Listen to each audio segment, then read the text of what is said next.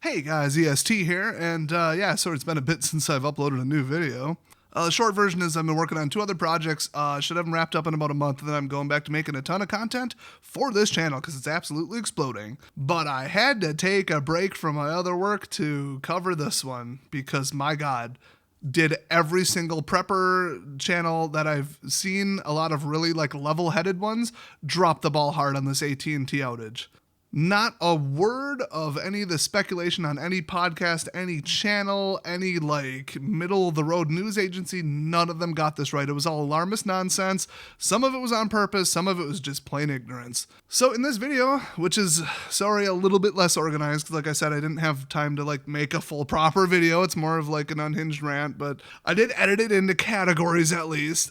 So with the AT&T outage, the big key things are it couldn't have been the solar flares, and we already knew that it couldn't, and everybody should have known better and didn't, and still reported it that way. It absolutely could not have been a cyber attack for various reasons, but those reasons are really high level and IT oriented, and well, I just happen to work professionally in IT. So I explained that in detail, but in ways that you can understand in this video. And honestly, just by 8:15 in the morning, me and every IT professional in the world already knew what the problem was. We had it narrowed down. We're looking at BGP graphs. We're looking at, I work in this sector, I work in that sector. I'm seeing this tests, but this doesn't. It'll let us do this on this type of phone, but it won't on this, so it must be this. Boom, done, the end. Go back to work. And then what do I get? I all day, lunch hour, I'm listening to all these idiots. I'm like, oh, I wonder what they're going to say about it. I wonder how accurate their reporting is going to be. Oh my God, I wanted to throw my phone in a lake. Even people I have listened to and respected, it wasn't necessarily lies, but they should have known better that they don't know what they're talking about, and it angered me so much I had to make this video about it. So strap in if you want to hear a whole bunch of the truth behind what really happened, how we figured it out, and how you can determine who you should listen to, who you shouldn't, as far as people who cry wolf. But I mean, usually you guys, if you watch this channel, you're pretty based, and you watch other people that are pretty based. But if you're interested in just how to break down critical stuff like this that's happening, and how to think analytically, and how we determined what was going on before anybody else did, well then consider this a very early documentary about that whole situation, because I'm going to break it down for you, so let's jump in.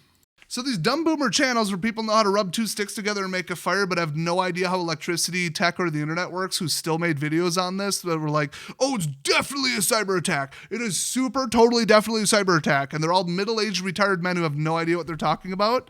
I'm 36 for the record, not 22. So when I call somebody old and out of touch and clueless, it's because they are. Usually have a little more tact and niceness, but that whole day, I could only sit there and listen to so many news articles and stories and videos on YouTube of people saying, here's why it's definitely a cyber attack. Here, I'm looking at a down detector and I'm completely misinterpreting everything that I'm seeing, but I'm going to report on it anyway because it'll get clicks and videos. Okay. One thing I would request from everybody from, I'm not going to name them, but you could probably guess, to Tim Pool, who made the most misleading and inaccurate video I've ever seen in my life, and he has the budget and the staff to have an IT analyst, or at least the common sense to go on an IT group online and see if they know what's going on, because the CIA had this down by about 2 or 3 in the morning. Retroactively, they already admitted they already knew what the problem was. Or CISMA or whatever, I don't remember who it was. Some government thing that handles cyber attacks and international whatever. Us on social media and a couple IT groups, because I work in IT, pretty high level stuff. Been working in IT forever. I'm definitely a generalist that covers for mid-sized companies, does 3 people's jobs, because it wouldn't be in the budget for them to have dedicated this, and this. So they just get somebody who 80% knows what they're doing in a bunch of different fields, which would be me. Now, networking is my weakest point. That's why this is a network thing, and I almost just stayed away from it. But a bunch of our people couldn't get into their systems because their phones weren't working. So I jumped on some stuff, and I knew what was happening by, drum roll please, 8:15 a.m. Because people even smarter and more adept than me, who are at 100,000 person companies, are also in these groups posting memes about how much they hate their job and helping each other out with obscure server configuration stuff and complaining about Microsoft. It is 90% complaining about Microsoft, I'll be honest with you. But I don't care if you're on Facebook, a random forum, if you're on Substacks, Reddit, everywhere. You could have gone literally anywhere and found out what IT professionals deemed the problem to be. So if you're subscribed to those I'm going to talk out my rear end, and to put it politely. And clearly, nobody on this podcast, on this call, or in this video has any idea what they're talking about, other than like, you know, the government, the history, the military. Some of them served, like, okay, I get it. But you know how they say, if you're a hammer, everything looks like a nail, and every problem looks like it'll be solved that one way?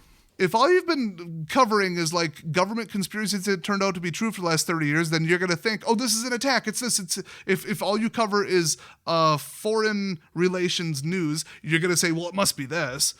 And then me working in IT, I'm like, well, it must be IT, because I've seen this a million times and everything matches that. But at the end of the day, it is IT and networking. So come ask us, preferably, you know, before making a video. So there were news agencies that I know darn well are big enough to have an IT consultant that just didn't. They just wrote the article because it's first in wins. They don't care about accuracy. They care about clicks. And how could they spin it and make it Trump's fault while they're at it? So yeah, I don't trust the media. Shocker. If you don't either, subscribe to this channel.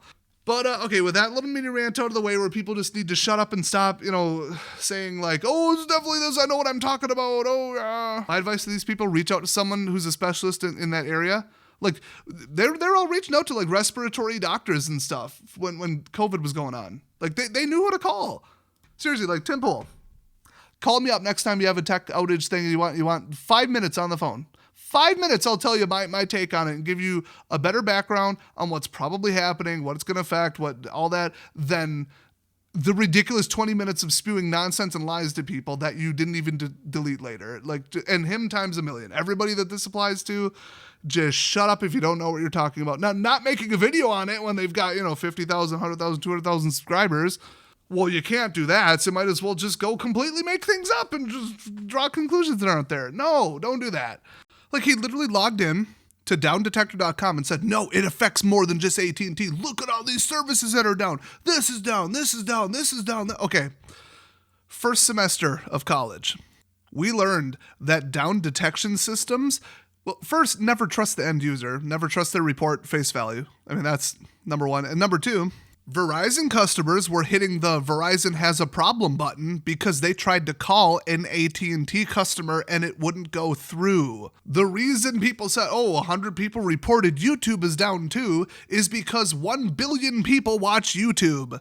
And 100 is just people who their internet broke or their device broke and they're just stupid. So for him and other people that were like, look at this website right in front of you. I don't know what the hell I'm interpreting and have no idea what I'm talking about. But these numbers, look, these say that it's a massive cyber attack. Oh yeah, I just pulled up Down Detector right now. There you go. Roblox is allegedly down. Or is it just a bunch of 12-year-olds who got their accounts hacked? And there's always 100 reports of a Roblox outage at any given time. If they can't log in and their friend at the middle school told them, hey, Down Detector, go there and check it and hit the it's down for me button. No, the reason you can't get into your account is because somebody hacked it. Like, it just, and Roblox has like 30 million people. So 100 people reporting an outage is zero, round down to zero.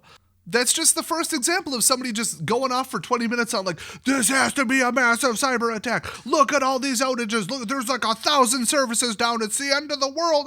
You just have no idea what you're talking about. Smoke was just about coming to my ears while listening to people talk about, oh, look at these. I know how to interpret this chart. No, you don't work in IT. Shut up. You have no idea what you're talking about. There's a reason I very rarely talk about automobile stuff on this channel is because I don't know about them. That ain't my specialty. I know just enough about cars and how to fix them and how they work to know that I shouldn't be talking about it. Last 2 car videos I made, yeah, there was some errors in it. So anyway, yeah, those channels, just know that when it's outside something that they tend to specialize in, like if you saw 100 bushcraft videos and all of a sudden you see what about electronics, computers, networking, and cyber attacks, don't even click on it. Just call them out for the crap and tell them to bring in an expert next time. I certainly left some angry comments on some of those videos. Oh, yes, I did. Anyway, all right, about the actual event itself, because that's just general advice. I know I constantly tell you guys who to like listen to and not to on the internet, but I've been on YouTube for, 11 years, 3,700 videos on 4 channels. I think that qualifies me to point out a couple bad apples that are doing bad stuff for money. You know, just out there getting the clicks before other people can, and they don't care about accuracy. And they just pave it over and say, well, nobody knew what was going on. I did. Literally everybody working in IT that looked into it for 15 minutes did. We got border gateway protocol graphs up. We're looking at this. We're looking at, okay, is this out, but this isn't out. SMS is working, but this isn't. It's obviously SIM card related. Okay, let's all go back to work. Bye. 8:15 in the morning, we had it solved. We knew the scale of it. We knew the effects. We had workarounds. We had anecdotes. People are testing 4G versus 5G. We already had it solved because there's like several hundred people in these multiple groups that all contributed, and there we go, because we're all affected by it. So I guess, okay, before I get into like what happened and stuff and all that and why it isn't what other people said, which is really important. I know you guys are dying for that portion of the video. Here was the effect of it. It wasn't just you couldn't, call your Aunt Cheryl, okay? People working in the field, so with like just cellular data, they're not anywhere. They tried to, log in from their parking lot, their car, whatever, a job site with no electricity, whatever. They could not get into their two-factor authentication. So you got your username and password that's factor 1, and then 2FA, MFA, multi-factor authentication, whatever you want to call it.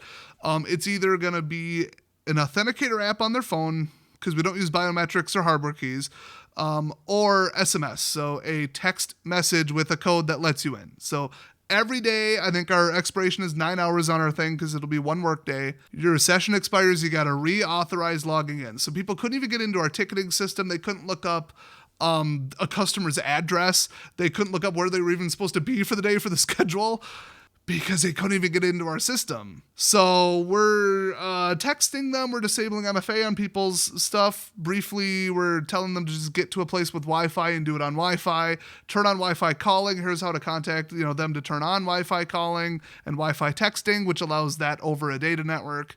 And we just worked around it. But think about that. We could have lost whole days of work. I mean, we got these, I wouldn't say razor thin margins, but if somebody's working 40 hours, we want 84% of it to be billable, and if it's not, we start losing money left and right. So if you can't even get to the job site, you can't even get into our system, you don't know what they ordered, what parts to install, or any of that stuff, we got a problem. That is a lot of money down the toilet. And our scheduling system is so tight, we had to redo it this year. How we fundamentally even handle SLAs and scheduling. So it's like a lot of businesses are right on the edge because you got to be so competitive, especially with all the foreigners you have to compete with that do the job cheaper, but obviously crappier. So this could have been catastrophic. We could have lost $1 million in a week. A day. We probably lost $1 million in a day. I've seen our financials. So this could have been really bad. Whether it was a cyber attack or not, this could have been really bad. So we had workarounds, we had backup plans, and we have this little thing called a disaster recovery plan that every single IT department should have. If you don't work in a proper IT department. And your CIO is a moron. Where I used to work, we didn't have a plan because it was just me and it was part-time because we only had 200 or 300 people and 4 servers. So our disaster recovery plan was, show up and turn the servers back on. Well, we had a tornado take out our power for 4 days. It took out one of our buildings and it took out our link between our buildings. That's a lot of damage. But that was a bad scenario. So, I just want to say how bad this could have been, especially with it, instead of being regional, it was countrywide, the amount of production lost. And okay, here's the thing. People are saying maybe this was a Chinese cyber attack because they just want to warn us. They want to show us how bad it would be if one tiny little sliver of communication went down. First of all, the government analysts in the military already know this. They know what loss of productivity would be. Okay, they've run the scenarios. They've talked to the Fortune 500 companies and said, how bad would it be if you shut down for a day? How much realistically would you lose? And they answered without even having to do a whole research thing because they've already done the numbers, because they already know, because they probably have downtime insurance, which is what my old company had, and they paid us for the building and for the 2 days we spent down total and could not fully communicate because our phones were down and our internet was down. We had power backup so we could ring people up at the register, but we couldn't do a whole lot else. At the end of the day, we didn't lose crap other than our deductible, and technically we never rebuilt that building. We just pocketed the money. And we spent it on new equipment and new vehicles because we didn't really like that building anyway.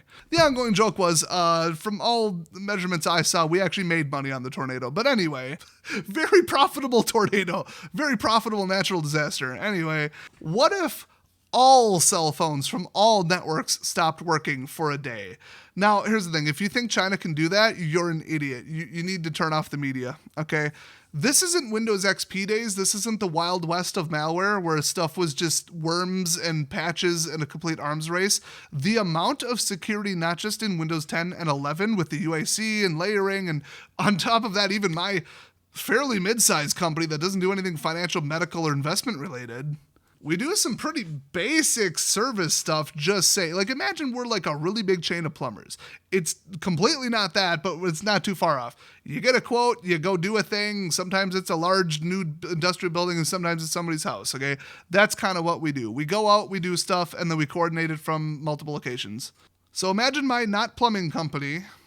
We have virtual firewalls, we have AI, we have whitelisting, we have intelligent tracking, we have anti-leak, we like what are they called, the CLA.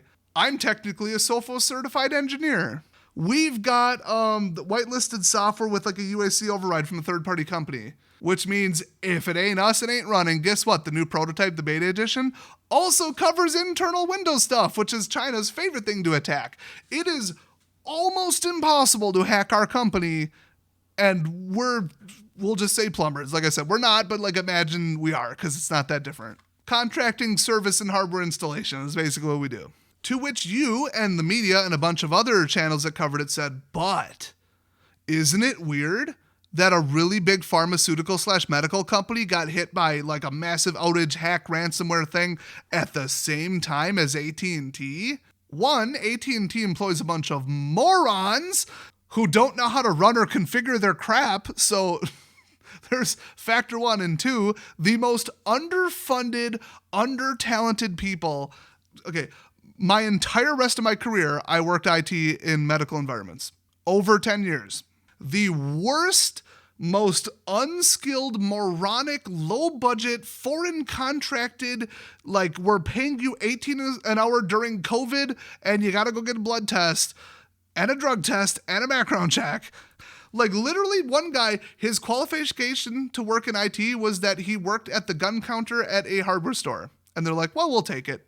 He says, yeah, I kind of know how to configure computers and stuff. I kind of dicked around with computers. Okay, come work medical. Come work on surgical computers on 24/7, on call by yourself because we're understaffed at 1 a.m. while somebody's getting heart surgery. Which is why they stopped putting him on 24/7 and put me back on it. Also, he had an anxiety disorder. Working in IT at a hospital right out of college was a bit of a cheek clencher. 10 years later, nothing shakes me, okay? Nothing. We had our multi-network internet go down because some dumbass in India made a firewall configuration change in the middle of the day without a change order and without telling us, and then because they were off-site, didn't realize that they knocked out our internet at about 30 locations, multiple hospitals, multiple clinics, all no internet, no phones. We were in emergency operations mode. We're getting out the clipboards, we're getting all the stuff. The head nurses are like, oh my God, I picked the wrong week to stop sniffing glue. Airplane reference for everybody there. Everything is reverting to paper and pencil. We're turning away optional stuff. We're rescheduling surgeries. We probably lost $1 million. Well, actually, God, we probably lost $10 million. Yeah, it's what happens when you let a $50 billion company, for the record, out in India run your crap. You get people with fake networking degrees who don't know how to run a ping command. I wish I was kidding. That they reassigned to someone who didn't know what pinging meant. I think my mom knows how to ping a server. You know what? I'm not editing out the rant this time. They deserve it. The worst IT workers in the world are at schools. The second worst are at medical facilities. Because I can tell you from experience, this may shock you. I guarantee this is going to. Medical facilities don't make any money. Every single hospital all the time is changing networks and changing names, not because of some monopoly or some whatever. It's because they're always on the verge of bankruptcy. The only people making money at a hospital are the pharmaceutical companies and the equipment manufacturers. The insurance companies are getting just obliterated by them. And then you really got to pay the doctors and nurses enough to retain good ones or you're going to get lawsuited into oblivion. I know it happened to multiple places I worked. Wrongful death suits left and right, and yes, it was their fault because no, they didn't have the budget to hire somebody good enough, and then they had to get bought out by another company and change their name again for like the third time in 10 years. And that was way back in 2008, so I don't care about talking about it. Pretty much every hospital that doesn't just do like elite elective stuff or whatever, hold a bunch of medical patents, so like a university tied one, they are constantly on the verge of bankruptcy. There's no money to go around. So do you think they throw a bunch of money into IT? No, and when they do, they listen to a bunch of snake oil salesmen who say they're going to solve all the problem, like IBM and literally anybody out of India. There are millions of talented, like top of the line, I've got something to prove IT people working in India, and a grand total of 0 of them work for shitty contractors, okay? They work for real companies out there. They work for like, I won't name them. I'll name one, Cisco. If I call Cisco tech support, I hope I get somebody in India because thank God they actually know what they're talking about. Hey, we'll supply you in a whole IT department in a call center. Just pay us and it'll be half. Don't question why it costs half. Seriously, don't. No, don't go with them. Anyway, so yeah, if you're like, whoa, a medical place got hacked. Okay, yeah, medical places get hacked all the time. Okay, they hire idiots. They have no money. Plus, how many big companies get shut down and hit by leaks, ransomware hacks, and just other various nefarious outages that weren't their fault, like external sources? I would probably say 100 a day just in the US. I mean, it depends where your cutoff for, big would be. I know that, okay, just in my area, when I used to work IT for a hospital chain, 2 other networks, aka most of them in my state, about 2 or 3 years apart from each other, had their whole network go down from ransomware, and about 7 years prior, our whole network went down from ransomware, right before I worked there. Why?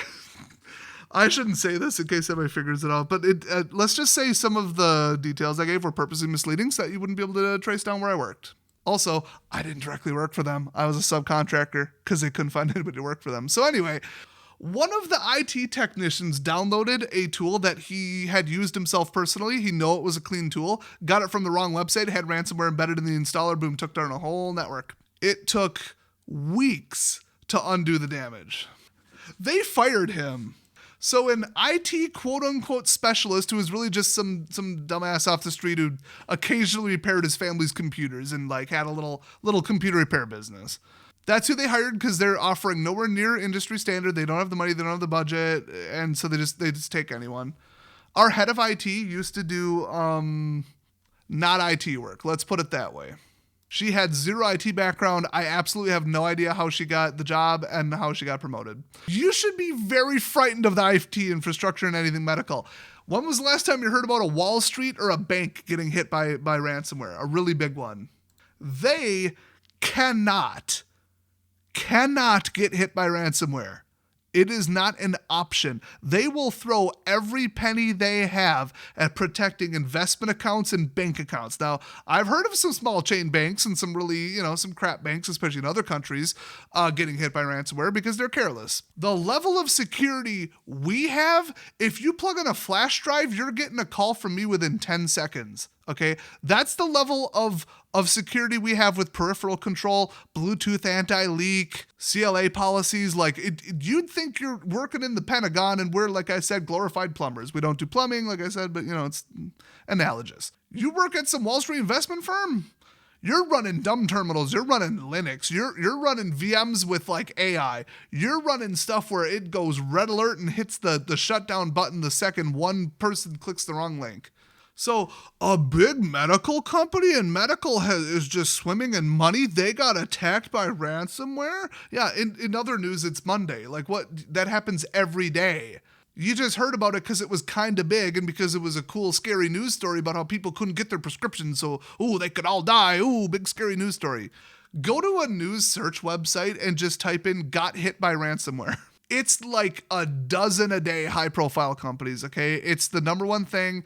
And the Biden administration and Congress are too old, stupid, clueless, and crooked to just pass a damn law that says it is illegal to pay the ransoms, because the next day, guess how many targets are getting hit by ransomware for money in the US? 0, because it would be a felony to pay the amount. Why don't they grow some balls and actually do that? And the answer is because they're all out of touch, crooked, and there's no money behind it. They don't care. If you think that Congress does their job and has America's best interest at heart, you're an idiot.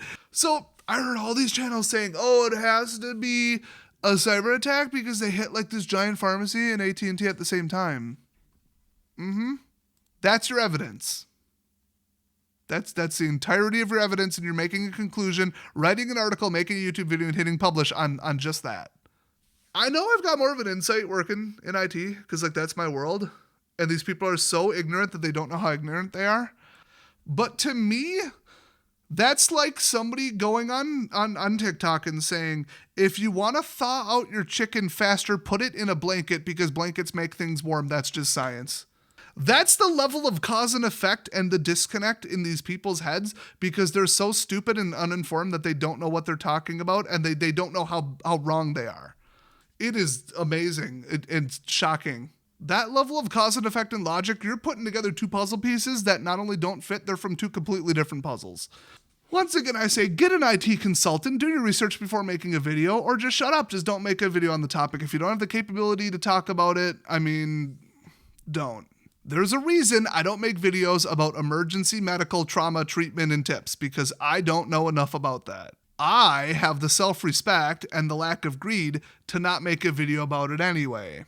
So the last thing, people were saying solar flares. It's got to be solar flares because there's 3x level flares. Are the 3x level flares even pointed at Earth? I didn't even look because I didn't care because I already knew it wasn't a damn solar flare. Here's how I knew it wasn't a solar flare, okay?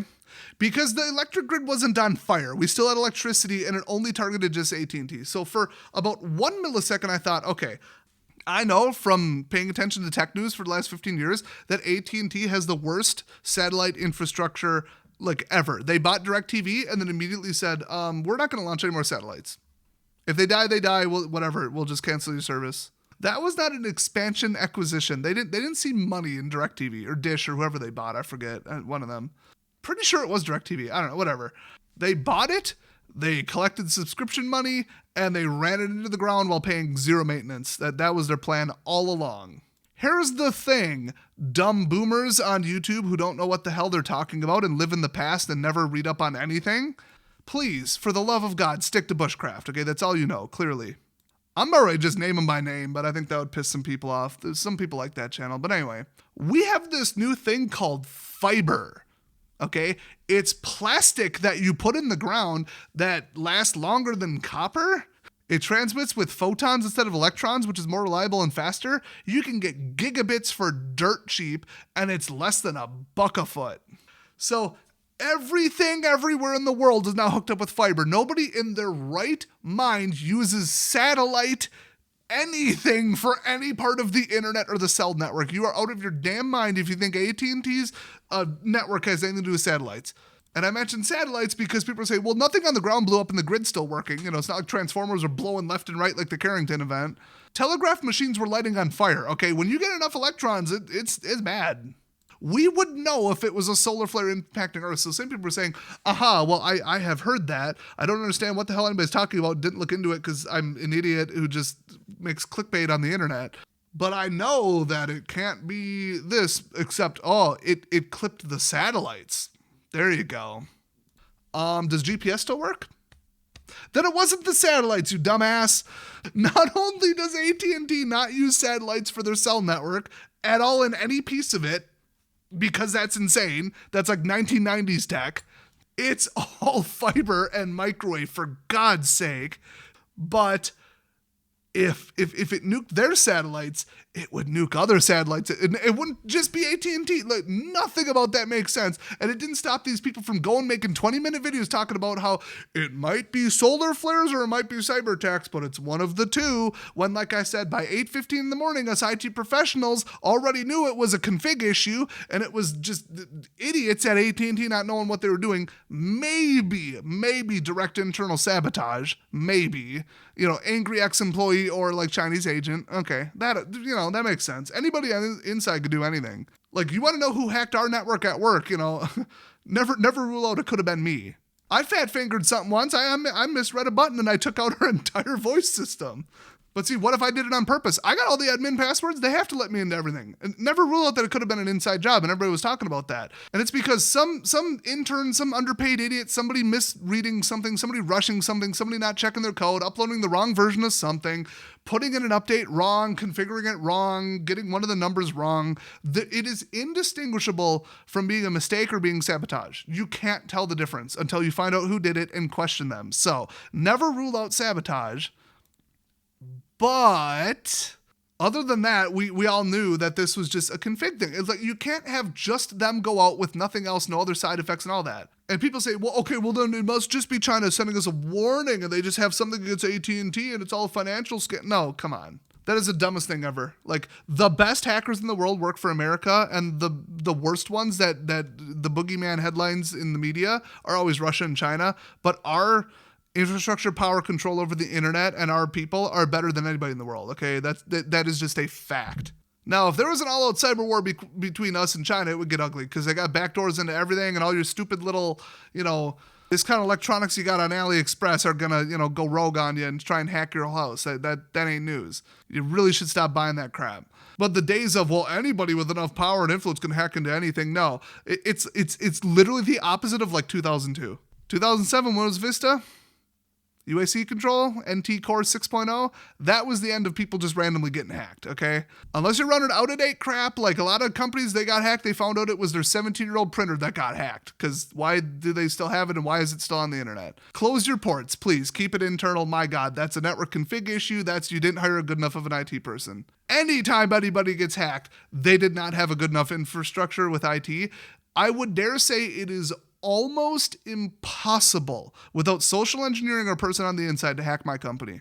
Maybe there's a vulnerability here and there that we're not aware of that somebody could take advantage of, but why would they attack us with it? Why would they use it at all? You could just go on the dark web and sell that for like $1 million. And you know who's buying it? The CIA and the NSA posing as Russian hackers, posing as cybercrime groups. So the only people getting hacked are careless idiots, okay? If your local bowling alley has a 20-year-old scoring system running on Windows 98 and all of a sudden they got hit by a worm because they didn't feel like replacing their router for 10 years, yeah, shocker. Doesn't mean anybody could just hack anything. This isn't Hollywood. So whenever somebody says it's a cyber attack, it probably isn't. Except if it's like, oh, all the Iranian enrichment things all blew up at once. Yeah, that was a cyber attack, but I guess who did it? So just so much misinformation, so many irresponsible idiots all spewing crap out their butts onto the YouTubes and the interwebs, and I'm sick of it, and I made another ranty video about it, but there's a lot of truth in this one. A lot of, well, this would never happen. Here's where you go to look for information. And if you're still tuned at this point, you're like, this is some good stuff. I'm not hearing anything like this from anybody else. Yeah, there aren't many channels like mine. Us IT people, we don't go camping a lot. Okay, we got allergies. I do. Hell, why am I even making a prepper channel? I've got a medical condition where if the infrastructure went down, I'd be dead pretty dang quick. As soon as AC runs out, I have a kidney disorder. If I sweat too long, I just die. Vasopressin just doesn't work for me, and there's no cure. So this was my 5th YouTube channel. I thought I could make some money on the topic, and I knew a bit about it because I've always been interested in post-apocalyptic, like sci-fi stuff, and I'm like, well, let's prep in the real world. I see what's going on with the government and stuff. Let's at least get base level prepared and get my friends and family into it. So, in my opinion, I feel like you should perhaps subscribe to my channel for more truth and more good stuff and good, unique sources of information instead of a bunch of old idiots who don't know anything about computers or electricity, and they're like, no, you can't rely on this tech, blah, blah, blah, blah, blah. When I'm like, hey, go get a $5 Garmin unit, hook it up to this solar panel, and like these things are rated to last 20 years, they're all solid state, they're waterproof, and go download a GPS program on your phone and then just run it offline. Like, that's actual practical stuff instead of, no, darn technology, you can't trust it. Okay, why don't you go take a class, Grandpa? Okay, go learn how your phone works, please, my God.